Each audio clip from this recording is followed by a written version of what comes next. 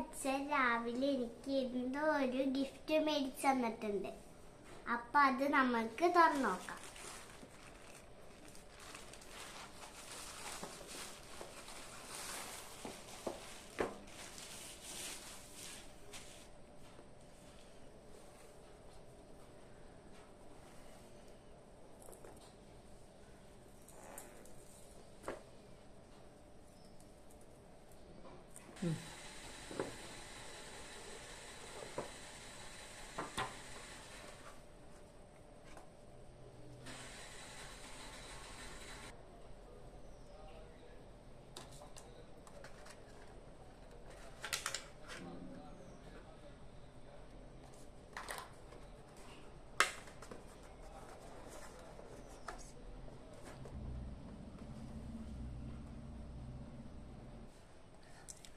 Hello friends, അപ്പോൾ നമുക്ക് ഇതിൻ്റെ കൂടെ ഒരു നെക്ക് ബാൻഡ് കിട്ടുന്നുണ്ട്.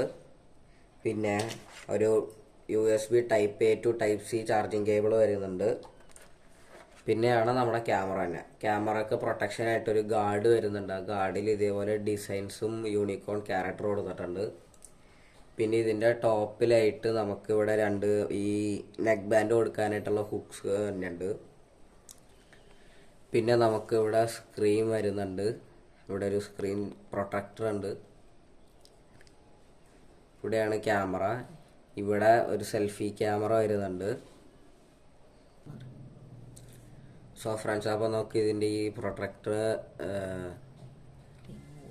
റിമൂവ് ചെയ്ത് നോക്കാം. ആവശ്യത്തിന് നല്ലൊരു ക്ലാരിറ്റിയുള്ള ഡിസ്പ്ലേ ആണ്. നമുക്കിനി ഇത് സ്വിച്ച് ഓൺ ചെയ്ത് നോക്കാം. അപ്പോൾ ഇവിടെയാണ് പവർ ബട്ടൺ വന്നത്.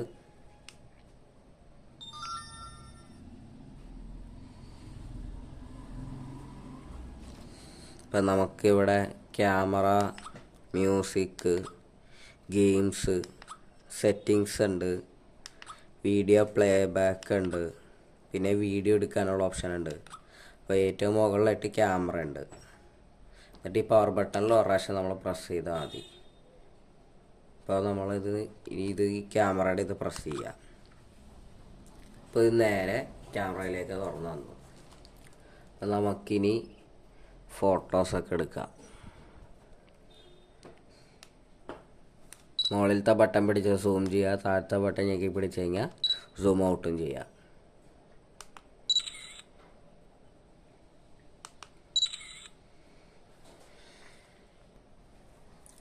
സോ ഫ്രണ്ട്സ്, അപ്പോൾ നമ്മളൊരു ഫോട്ടോ എടുത്തിട്ടുണ്ട്. അപ്പോൾ അത് നമ്മൾ ഇനി നോക്കണമെങ്കിൽ ഇതാണ് പവർ ബട്ടൺ. പവർ ബട്ടൺ ഒരു പ്രാവശ്യം പ്രസ് ചെയ്യുക. അപ്പോൾ ക്യാമറ നേരെ അത് എക്സിറ്റ് ആവും. എന്നിട്ട് നേരെ പോയി കഴിഞ്ഞ് കഴിഞ്ഞാൽ music, video play back, settings.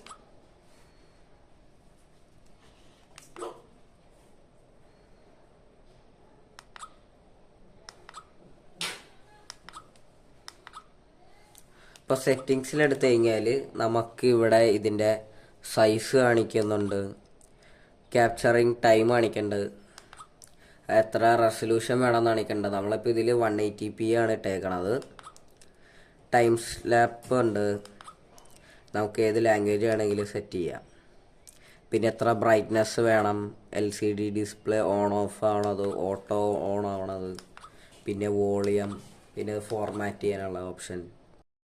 So friends, അപ്പോൾ നമ്മൾ നേരത്തെ ഒരു ഫോട്ടോ എടുത്തിട്ടുണ്ട്. ആ ഫോട്ടോ എടുക്കണമെങ്കിൽ നമ്മളിപ്പോൾ നമ്മളിപ്പോൾ നേരെ വരുമ്പോൾ ക്യാമറയാണ്.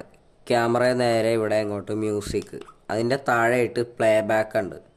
പ്ലേ ബാക്ക് നമ്മൾ നേരെ വിട്ട് ഈ ഫോട്ടോ എടുക്കുന്ന ക്ലിക്ക് ചെയ്യണം. ആ ബട്ടണിൽ പോയിട്ട് ഒരു പ്രാവശ്യം പ്രസ് ചെയ്യുമ്പോൾ അതിലേക്ക് വരും.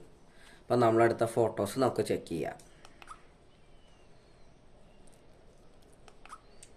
അപ്പോൾ അതുകൂടാതെ ഈ പവർ ബട്ടൺ പ്രസ് ചെയ്യുമ്പോൾ അത് നേരെ ബാക്ക് പോകും. അപ്പോൾ നമുക്കിവിടെ വീഡിയോ എന്ന് പറഞ്ഞൊരു ഓപ്ഷനും കൂടിയാണ്. നമുക്ക് വീഡിയോസും എടുക്കാം. അപ്പോൾ വീഡിയോ എടുത്ത് കഴിയുമ്പോൾ നമുക്കിവിടെ 180p റെസൊല്യൂഷനിലുണ്ട്.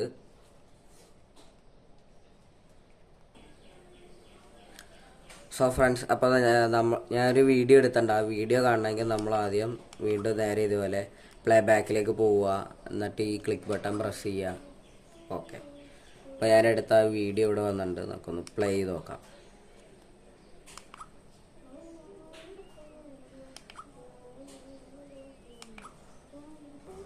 സോ ഗൈസ്, അപ്പോൾ നമ്മളിപ്പോൾ വീഡിയോ എടുത്തിട്ടുണ്ട്. ആ വീഡിയോ നമുക്ക് പ്ലേ ചെയ്യണമെങ്കിൽ ഇതേ സെയിം ബട്ടൺ തന്നെ, ഇവിടെ മുകളിലത്തെ ഈ ബട്ടൺ തന്നെ പ്രസ് ചെയ്താൽ മതി. അപ്പോൾ വീഡിയോ പ്ലേ ആവും.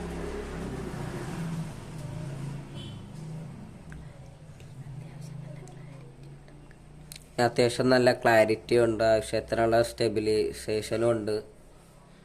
ആവശ്യത്തിന് നല്ലൊരു ക്ലാരിറ്റിയിൽ കിട്ടും. സോ ഫ്രണ്ട്സ്, അപ്പം നമുക്ക് വേണമെങ്കിൽ ഇതിൻ്റെ ഈ പ്രൊട്ടക്ഷൻ കവർ നമുക്ക് വേണമെങ്കിൽ ഇടാം, അല്ലെങ്കിൽ നമുക്ക് ഊരി വയ്ക്കാം എന്ന് വേണമെങ്കിൽ ചെയ്യാം. ഊരി വയ്ക്കുമ്പോൾ അത് കുറച്ചും കൂടി നല്ല സ്മൂത്ത് ആവും, ഒന്ന് ഹാൻഡിൽ ചെയ്യാനായിട്ട് നല്ല കംഫർട്ടബിളാണ്. പിന്നെ നമുക്ക് ഇതിൻ്റെ കൂടെ ഒരു ഇൻസ്ട്രക്ഷൻ മാനുവൽ പേപ്പർ വരുന്നുണ്ട്.